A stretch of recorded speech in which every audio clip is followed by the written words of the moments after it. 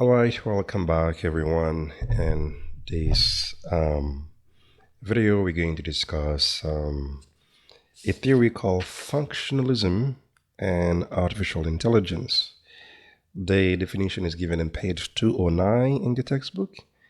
And to understand the rest of the lecture, you have to read pages 222 to 229. All right. If you recall, in the last lecture, we discussed materialism, which claims that everything in the world is material. Every event, every object, whether it's a human being, it's a flower, a bird, a river, everything is made of the exact same stuff: matter, particles, atoms, cells, and so forth. As a result, um, the human mind is a result of brain interactions. Mind is not something supernatural, is not something divine, but it's simply a result of the chemical interactions in the brain. Functionalism falls under materialism. Functionalism says the functions of the brain the mind is what the brain does. Mind is the function that the brain performs. We should think of the mind not as a thing, but as a system. A system as a function. For example, the function of a knife is to cut through things. The function of the visual system is to see. So likewise, the function of the mind is simply processing of information. Processing of information. Nowadays, the analogy that these people use is to compare the human brain to the hardware of a computer and the mind to the programming, the software. So mind is to brain the same way the software is to the hardware. And if indeed the mind is a result of brain chemistry, eventually the brain scientists, the philosophers of mind, we will understand exactly how the brain creates the mind. We will understand how the brain creates thought, thinking, imagination, and so forth. Then once we understand that, it will be possible to replicate the mind in a machine. We will be able to replicate the mind in a machine. This is the goal of AI, what's called artificial intelligence. Its purpose is to create a machine that has a mind of its own, a machine that can think for itself. The machines we have right now, cell phones, the most sophisticated computers, they're not really thinking. They simply process information really, really, really fast, but they're not thinking. They're not conscious. Functionalism says, well, eventually a machine will become so complex, again, when we understand how the brain creates mind. A machine will become so complex, eventually a machine will become conscious. Just like human beings are conscious, just like I'm doing this video, I'm not following any programming, any coding. The machine will be conscious. The machine will open its eyes and say, well, I exist just like everyone else. The machine will take control. The machine will be thinking for itself. Notice what this means. Having a mind means being aware, being conscious, having thoughts, making free decisions, thinking for oneself, having conscience, having ethics, having morality, having responsibility. The list goes on and on and on. So, in the exact same way, according to this idea, a machine will have a mind just like a human mind. Again, we will be able to replicate a mind in a machine. They call this moment a singularity. A singularity is a moment in the future when machine intelligence surpasses human intelligence, when machines become smarter than people. Why? Let's say I wanted to learn all human knowledge, all physics, all chemistry, all genetics, all anatomy, all physiology, all biology, all sociology, all psychology, all music, all poetry, all engineering. Let's say I wanted to learn everything. There's no way I can do that because I don't have time. I will die before I learn everything. Also because I learn slowly, slowly. Machines can learn faster than people. You could upload everything that is in Wikipedia, Google, into your machine. Then you see if a machine can learn all physics, all biology, all chemistry, all human knowledge, then the machine will be smarter than everyone. Machine intelligence will surpass human intelligence if this becomes a reality. Now, this could go two ways. The optimistic way to see it is that, well, if a machine is really, really smart, we can use them. They can help us. If you want to find a cure for cancer, coronavirus, a machine can actually help us. So whatever scientific problems we're facing with, whether it's curing cancer or AIDS or climate change, or we want to know what's happening inside of a black hole, a machine will be able to help us figure out those answers to the big questions of life. Again, the positive way is that, again, machines and human beings will cooperate for our own good. In fact, some says, well, if we create such a machine, not only this will be the greatest invention, but this will be the last invention. We don't need to do anything else after. Because if a machine is smarter than all mankind combined, the machine can think of things you and I we could never dream of. The machine can design things you and I we could never dream of, we couldn't ever design. The machines also could make better versions of itself, better copies of itself.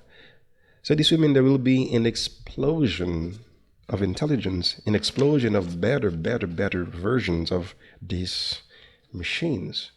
So therefore, we don't really need to do anything else because these machines, again, anything, any issue, any problem we're facing with, the machine can help us figure out the answers. On the other hand, things can go badly. And there are people who take this seriously. People like Stephen Hawking, Elon Musk. They think we have to be careful because we may create something that destroys us. Let's say while you're watching this lecture, you take a break, you go into the kitchen to get some water, and you see some ants on the counter. Notice you just brush them aside. If some ants die, you don't feel guilty because you killed a few ants. It's not that you despise ants, you have a deep hatred in your heart for ants. You don't wake up every day and go outside and try to kill ants on purpose, no. But because there's a gap between us and ants, we are so smart compared to ants.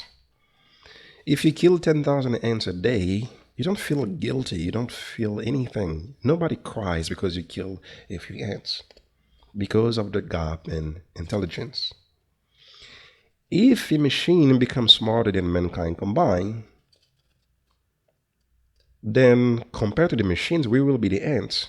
That is the same way I don't feel any guilt, any remorse if I kill a few ants. This machine may not feel anything if the machine kills a few human beings. Especially if we get into competition with them for resources, they will simply brush us aside the same way we brush the ants aside. In fact, if a machine is smarter than people, why would the machine listen to us? When was the last time you listened to your dog, to your cat, to your mosquito, to your bird, to an ant? Never. Almost never. then why would a super smart, super intelligent machine listen to human beings? You see? So there's a worry, if machines become smarter than people, intelligence doesn't mean kindness. They may destroy us. So to prevent that, we would have to find a way to program morality and ethics in them. But you see, how do you program compassion, kindness, love, sensitivity, friendship in machines? I'm not an engineer, so I can't say this can't be done, but will they really feel love, kindness, compassion, forgiveness? You could simulate a machine to experience those things, but do they really, really feel them? Do they really, really, really experience them? Again, there's a worry. Machines, you see this in all science fiction movies. The machines rise up and they fight human beings, they destroy us. But again, let's see it in a bit more positive way. Machines that are super smart, again, they could work for us. We can send them to places where we can't go. For example, we can't really go to Mars right now because our biology is too fragile. You send machines. Dangerous areas, volcanoes, nuclear places, you could send machines there to work for us. You could use them in law enforcement. They could save lives instead of actual human beings getting shot at. Machines can be used for that. You could use them as soldiers. We already have drone technology. This means instead of sending human beings to fight wars, you could have machines that fight wars. In fact, we're already fighting cyber war crime in cyber wars. Machines can do that. At the stock market, they use machines. Hospitals can use machines to diagnose diseases. In fact, they begin to do that. AI can diagnose cancer way faster than a human being can diagnose that. See? In the nursing homes, you could use them. A robot can babysit your children. I don't know if this is good. But you see, this means eventually a robot may become somebody's best friend. Elderly people sometimes in the nursing homes that have nobody to talk to, maybe machines can help. Right? So there are some good ways to use super smart machines to improve our lives. There's a worry, one more worry is that, well, we're going to lose our jobs. That's one worry. Companies like Tesla, they already build cars that can drive themselves. Give it a few more years, decades, cars will be completely autonomous. That is, you won't need a human driver to drive a car. The car can drive itself. Then what's going to happen to all the taxi drivers, the Uber drivers, the truck drivers? They will lose their jobs because the corporation will let you go. If I go to Walmart and work, they have to pay me. I get tired. I have to take a break. I need a vacation. Notice, a machine doesn't have to take a break. The machine never gets tired. They don't have to pay the machine. The machine doesn't need a vacation. So why would Walmart give me a job if a machine can do the same thing? I could say, you know what, well, let me buy a machine, then have the machine work for me at Walmart. Nope. Because if I can buy one machine, Walmart can buy 10,000. So why would Walmart need my machine? Walmart doesn't need that. So jobs, well, manual jobs, machines can do them. Working in a restaurant, a machine can do them. Of course, we're hoping jobs that require caring, nursing, a human connection, we're hoping, hopefully, we won't lose them. In fact, the government can pass a law and says, actually, for your business, half of your employees must be human beings, not machines. Or if you request a Uber, there should be the option of asking for an actual human driver, right? So it's not guaranteed really all human beings are going to lose their jobs. Also, jobs that require creativity, like composing music or poetry, probably we need people to do that. Yes, I know since today they begin to teach robots how to write poetry, how to compose music and poetry and novels and all that. But can a machine replace human beings completely? Obviously not, because there are things machines can't, even if they repeat the words, it's not the same. Which one of you would like to go to a comedy club, listen to a robot making jokes about Mexicans or black people or lesbians or this or that? No, it just doesn't, it's just not the same, right? But even if the machines were to take over all the jobs, how will we survive? Socialism may make a big comeback. There's what's called a universal basic income, UBI. The government may simply have to send a paycheck to everyone. Let's say all of you work for me, I fire you, replace you with those machines. They can work 24 hours a day, you can't. But if you have no money to buy what I'm producing, no matter what I produce, how much I produce, I'm not making money because you have no money to buy my products. So if I'm a billionaire, maybe the government has, I will pay more in taxes, and you simply get a free paycheck. It's not that you're lazy, you don't want to work. And me, I can no longer say I work hard to make my money. No, the machines work for me. So you don't really have to work. You just get a paycheck from the government. This all sounds nice, right? Um, Now, there are many people who think, well, that's not going to happen. There's no way a machine can be conscious. There's an argument in pages 226 to 28 by a man called John Searle. He said a machine can think because machines process information by their physical properties. A computer will look at the shape, the size, the order of a symbol and does whatever you program the machine to do. But the human mind, not only we understand structure of the symbol, properties of the symbol like size and shape, but we also understand what the symbol means. For example, you could program a machine to stop at a red light. A human being will also stop at a red light. But notice the meaning to stop at the red light. The meaning is not actually found in the red light. The meaning is found in the mind. So the machine will also stop, but the machine doesn't understand why the machine stops. You see? So there's something more in the human mind. So we understand the red light means stops. We're not simply programmed to stop, but without understanding it, we know exactly why we stop. So John Searle thought that machines have syntax, that is structure of symbols, size, order, and shape. So the human mind, we have syntax, but also we have semantics, that is we understand the meaning of the symbols.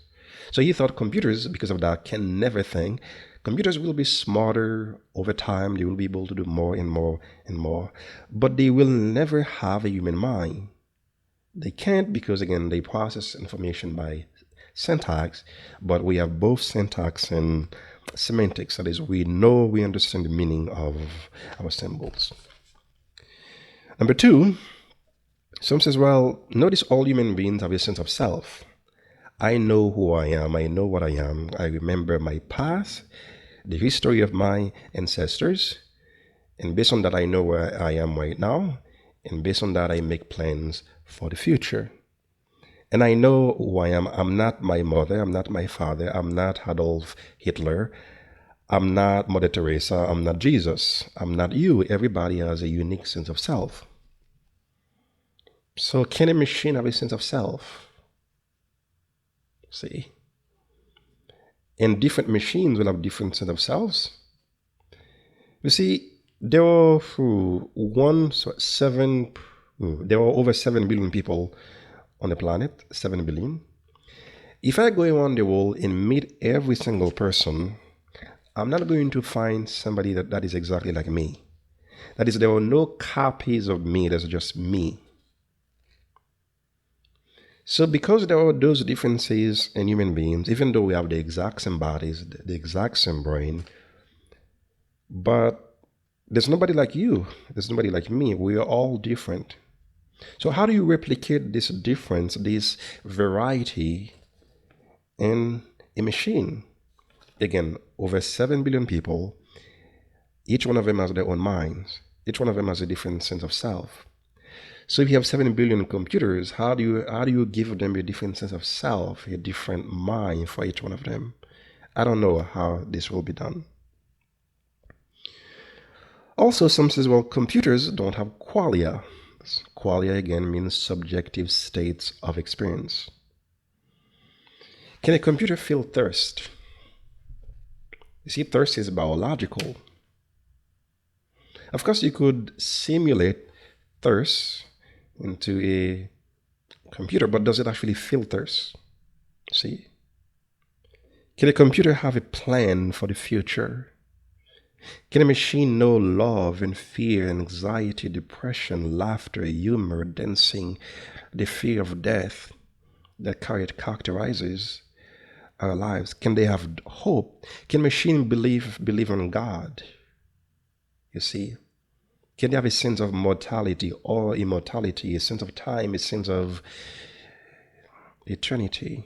Can they dance? Can they cry like you and I? Can they have relationships like you and I? I have no idea how engineers will program those things in machines. So computers, they lack qualia, they lack this subjective state. I know the taste of beer, the taste of Hennessy, the taste of a kiss. I know pain, I know joy, I know dread, I know excitement. So those things, they're uniquely humans. In fact, also they're biological. Emotions, feelings, sentiments, anger, rage, again, hope, death, fear, excitement, humor, dance, laughter, music, poetry, making love, reproduction. I do not know how a machine will feel them. Again, simulation is not reality. You could simulate thirst, but simulation is not the same as the real thing. Number 3, you see, having a mind comes with all this. But strangely, there's a part of our mind that is also subconscious. This is why we have dreams. Our dreams are created by our subconscious mind. And if you ever take drugs, if you ever try psychedelics, things like magic mushrooms, DMT, ecstasy, those things allow you to discover, to discover your own consciousness, to reveal to yourself this part of you that is unconscious. Can a machine have an unconscious? Notice we have dreams, and dreams mean something for us. Sometimes dreams sometimes are your mind telling you to fix this about your life. So dreams mean things for human beings. And sometimes we have a dream, and then after that in the real world we see the expression, the manifestation of that dream. So how would a computer dream, and what would the dream mean for a computer? For a machine that is conscious. See, so I don't know. You see, having a mind then doesn't mean simply processing information logically, mathematically. Having a mind comes with all these creation, creativity, imagination, again, hope, anxiety, fear, laughter, love, dancing, humor, our mortality, our sense of time, our eternity, our sense of self. a sense of the future as well. Conscience, the fact that we feel guilty. We know evil, we know good and evil, we know right and wrong. And we try to express that, we try to emulate, we try to build as much good as we can in the world. So will a computer know guilt, feel guilty, have a conscience? Religion, again, can a computer believe in God, have a sense of what is wrong, what is evil, what is sinful, a sense of redemption, you see? Then you clearly see why many people think this whole belief that computers are going to be self-conscious, they're going to take over the world, they may rise and destroy mankind, it's misplaced. Again, they will become smarter. They will do more and more and more. We will use them more and more. We will rely on them more and more and more. But I think we will simply use them to improve everyday life. But the idea that one day machine will be so complex, it will open its eyes and say, well, I exist. How did I get here? It sounds unrealistic. In fact, we have no idea what mind is. We have no idea what consciousness is. We don't know if consciousness can be created.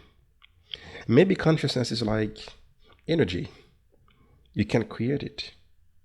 Maybe consciousness is like space. So you can't create space. You can create a building, but you can't even touch the space. So if my consciousness is more like energy, or like space, you can't create it. It's just there, right? So to summarize, materialism, brain creates mind. Functionalism, we should think of the mind as a system. The function of the mind is processing of information. When we understand how the brain generates the mind, we can replicate that in a machine. The goal of artificial intelligence is to create a machine that has a mind of its own. This means that the machine can think for itself. Having a mind means not only processing information, but having desires, having dreams, being free to do whatever the hell that you want. And eventually, we will reach a moment called a singularity, when a machine becomes smarter than people. It could be a good thing.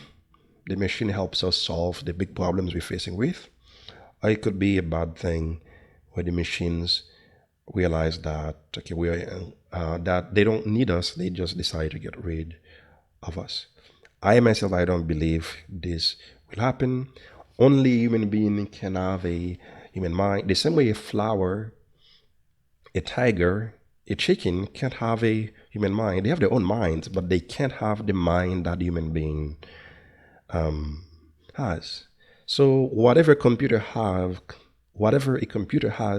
in the future can't be a human mind. Only a flower can have a flower mind. Only a mosquito can have a mosquito mind. If rivers could have minds, only rivers would have river minds. Only birds can have birds' mind. Likewise, only human beings can have a human mind. All right. Thank you for watching, and everybody try your best to stay safe. Thank you.